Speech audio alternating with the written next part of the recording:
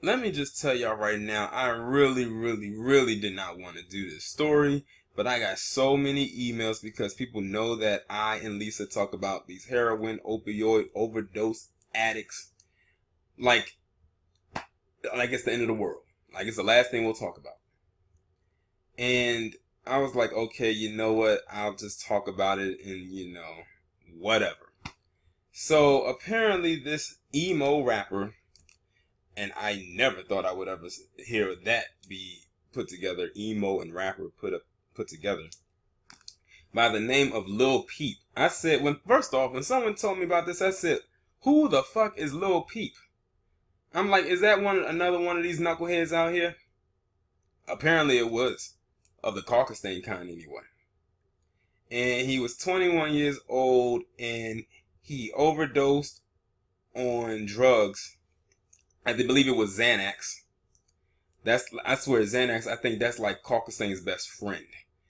I don't think I've ever come across one single caucus stain in life who has not told me that they have taken Xanax, whether they took it for purposes to help them sleep, or they just needed to take it, just to take it.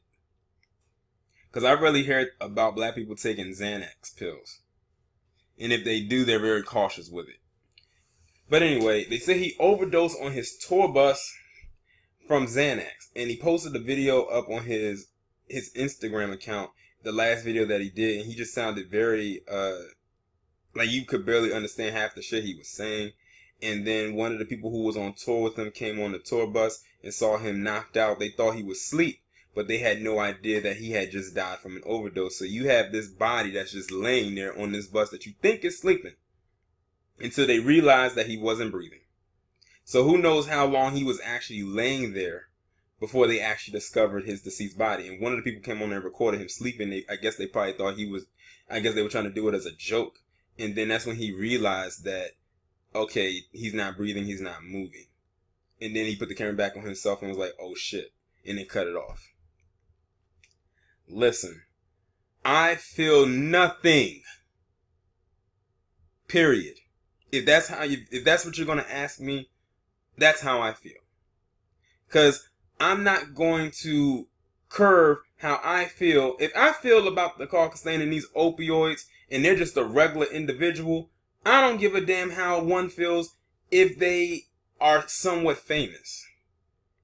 I've never heard of this guy before he died. And now his legacy will be him overdosing on drugs. Almost much like Amy Winehouse. Remember when she died a few years ago? Like they would poison her to be the next big thing, and then she died. So his legacy will be him just dying on his tour bus from a drug overdose. I've never heard any of his music. I never knew who the hell he was. And it's like, okay, and that's just it. But I noticed that lamestream media is blowing this up, and forgive the phone for ringing in the background.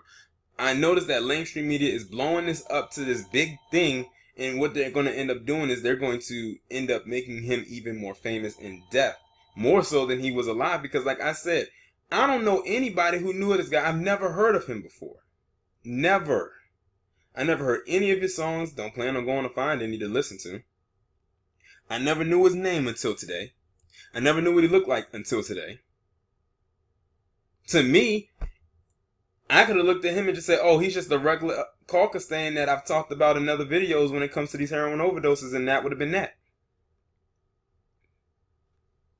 But that's my nonchalant but truthful and brutally honest take on the thing.